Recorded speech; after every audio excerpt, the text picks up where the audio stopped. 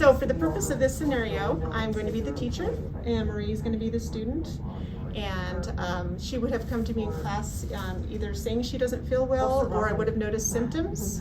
And I would have called down to the support staff to let them know and ask them to please call the parents. And then at that point, either the support staff or someone in the class that's familiar with the child would go and prepare the isolation room to bring the child in. So here we have the isolation kit right here that will be in each isolation room. And I'm just gonna go through what we have in here. When you open it up and you know you have a child that's gonna be coming down, you're gonna put on your N95 mask, you're gonna put on your face shield, you're gonna put on the gowns, come in something that looks like this. When you open them up, you have to pull them over your head. Just the back part is, instead of having a tie there, it does have a tie right here for the back, for the bottom part. And you have your gloves, you'll put that on. If you think the child is very ill and will want to lie down, the mats are for putting on the floor for them to rest on. And then there's a twin flat sheet that comes in this package and a pillow that looks like it is inflatable or something. And it has a pillowcase, so that will be for your child to lie down. You can put this over the pillowcase, or if they have diarrhea or one of those kind of symptoms, you can put it on the mat as well. There's several in the kit. And then if the child is nauseous and it seems like they might vomit, these are for vomiting. You just open it out and they can vomit into it, and you can tie it off and put it in the trash. And then you have a no-touch thermometer that just goes right up to the forehead, but it doesn't touch, and then you get a reading on the back. And then there's a pulse oximeter in the kit as well, and you put the finger in there and it will make a beep and read, and then you wait for a bit and you'll get oxygen saturation and the pulse. And then we have the paperwork. This is a paper to give to the parents. It's a two-sided that describes next steps and symptoms and so forth. And this is for your documentation of what you did, what kind of signs and symptoms they had, what their temperature was, and what you used out of the isolation kit.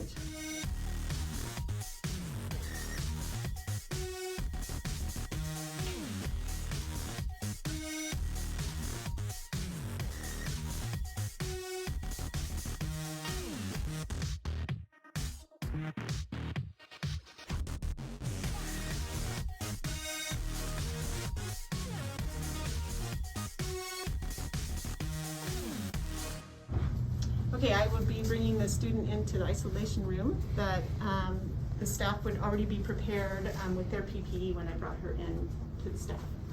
This student isn't feeling well.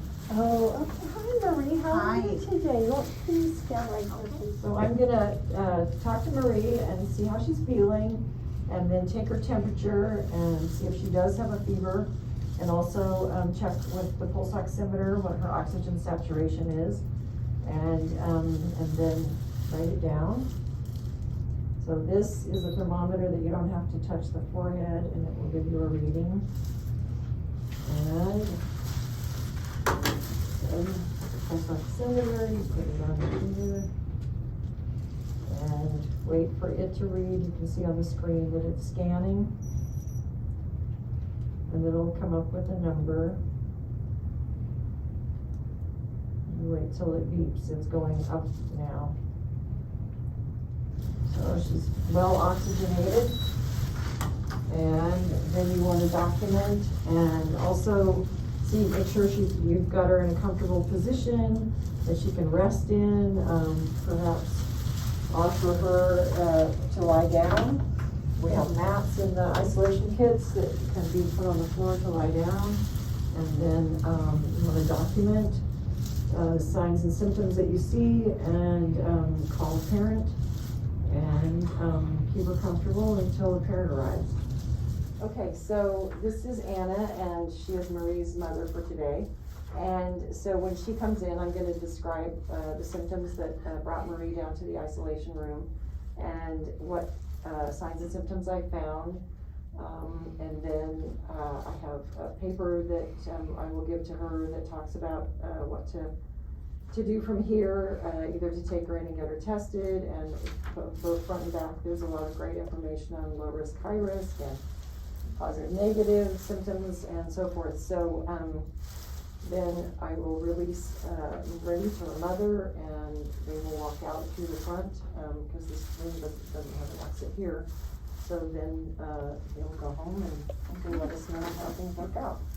Okay, so you've seen basically how the isolation process works, and I just wanted to point out that, before you don and after you doff your, PPE, that you wanna be washing your hands, or using this hand sanitizer, which comes in the isolation kit. And I just wanted to point out a few more things that are in the isolation kit. This would go up on the door and remain there until the room is cleaned. And then there are some cleaning supplies in here, extra masks, shields, and some garbage bags. The expectation is that the room would be picked up somewhat and cleaned up, but that the door will be closed, and no one will enter until the deep cleaning process is done overnight, and then the sign can come down and it will be ready for the next student.